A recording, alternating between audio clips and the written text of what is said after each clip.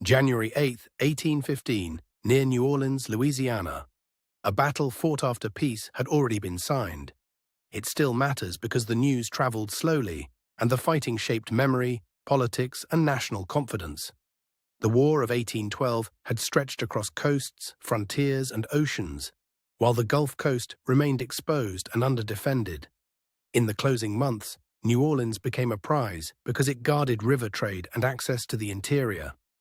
The city was a crossroads of cultures, commerce, and uneasy loyalties, with merchants, militia, free people of color, enslaved laborers, and newcomers all tied to the same fragile port.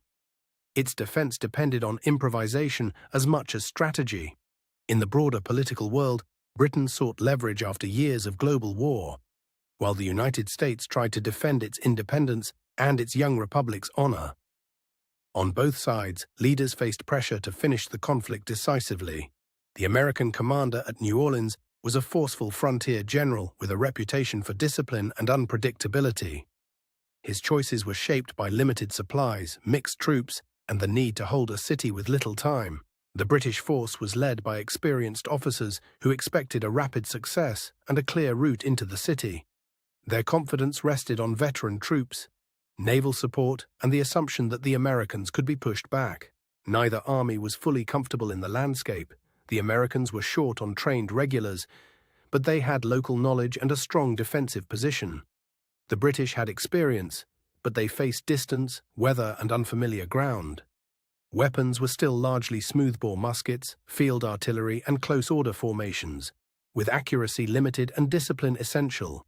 Success depended as much on timing, earthworks, and morale as on raw firepower. Logistics were a constant struggle.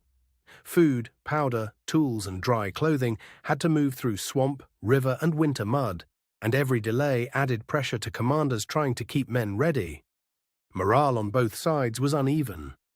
Some Americans were inspired by defending home ground, while others doubted their odds. British veterans trusted their drill, but the campaign's uncertainty weighed on everyone. The route to battle led through waterways and narrow approaches that made movement slow and visible. Each side watched the other's crossings, probing for a weakness in the lines around the city. By the time the armies neared the field, the terrain had become part of the defense. Mud, water, and low ground limited movement and made any frontal advance feel exposed before it began. Weather added another layer of difficulty. Cold rain, fog, and damp air blurred sightlines and soaked powder, turning the battlefield into a place where patience and preparation mattered enormously. The American plan favored a strong defensive line, with earthworks and artillery positioned to punish an approach across open ground. The idea was to make the enemy advance costly before it could gather momentum. The British plan relied on disciplined movement and coordinated pressure, hoping to break the line with a direct assault and supporting fire. It was a bold approach, but one that demanded timing and clear communication. At the opening phase, artillery fire and skirmishing tested the ground between the armies. The battlefield filled with smoke, but the defensive line held and the attackers had to keep moving under pressure. The pressure point came where the open ground narrowed and the advance became hardest to sustain. Once the attackers were funneled into predictable lanes, the defenders could concentrate fire and hold their advantage. Some units pressed forward bravely, but the formation struggled to stay aligned in the mud and smoke. The battlefield's uneven ground made coordination difficult, and momentum began to slip away. The decisive movement was not a dramatic charge from one side, but the steady failure of the attack to regain shape. As the line lost coherence, the defenders' prepared position became even more effective.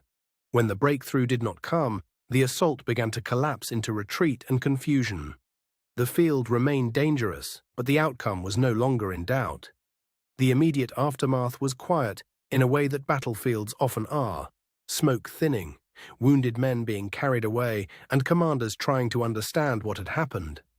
The city had been defended, but the war was not yet fully over. For many Americans, the victory became a symbol of resilience and competence at a moment when the Republic wanted proof of itself. The battle's fame grew because it felt larger than the ground where it was fought. The fighting also helped elevate the public standing of the American commander, whose reputation would outlast the campaign.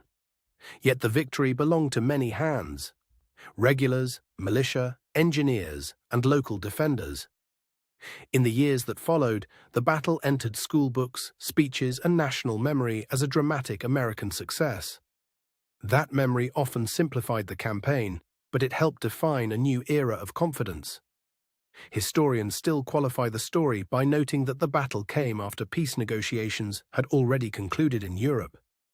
The news had not yet arrived, which makes the victory both real and strangely out of step with events elsewhere. They also debate how much the outcome depended on leadership, terrain, British planning, and sheer luck. Most agree that no single factor explains it because the battle was shaped by many small advantages at once. The battlefield today is quieter, but its geography still speaks clearly. Low ground, waterways, and open approaches remain visible, helping visitors understand why the position mattered so much.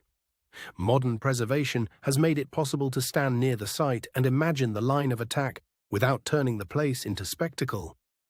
The landscape invites reflection more than drama. The battle's legacy also reaches into the city's identity, where memory of defense and endurance remains part of local history. It is remembered not only as a victory, but as a moment when the city's fate felt uncertain. Seen from a distance, the battle was one episode in a larger war. Seen up close, it was a test of endurance, adaptation, and timing. Its importance lies in how those elements came together under extreme pressure. It also reminds us that victory and confusion can coexist. A battle can be decisive in memory, even when its wider political meaning is more complicated than the legend suggests. For the men who fought there, the experience was immediate and practical: hold the line, move the guns, survive the weather, and keep formation. History later turned that hard work into a national story. The Battle of New Orleans endures because it sits at the intersection of war, memory, and place. Its fields, waterways, and delayed news all helped create one of the war's most remembered moments. In that sense, the battle is not only about the cannon smoke of one January morning. It is about how nations remember conflict and how geography can shape outcomes long after the fighting ends. The site remains a place where history feels close, but not frozen. Wind, water, and open ground still suggest the scale of the encounter without needing spectacle. That is why the battle continues to draw attention 2 centuries later. It offers a clear lesson in how preparation, terrain, and timing can outweigh expectation.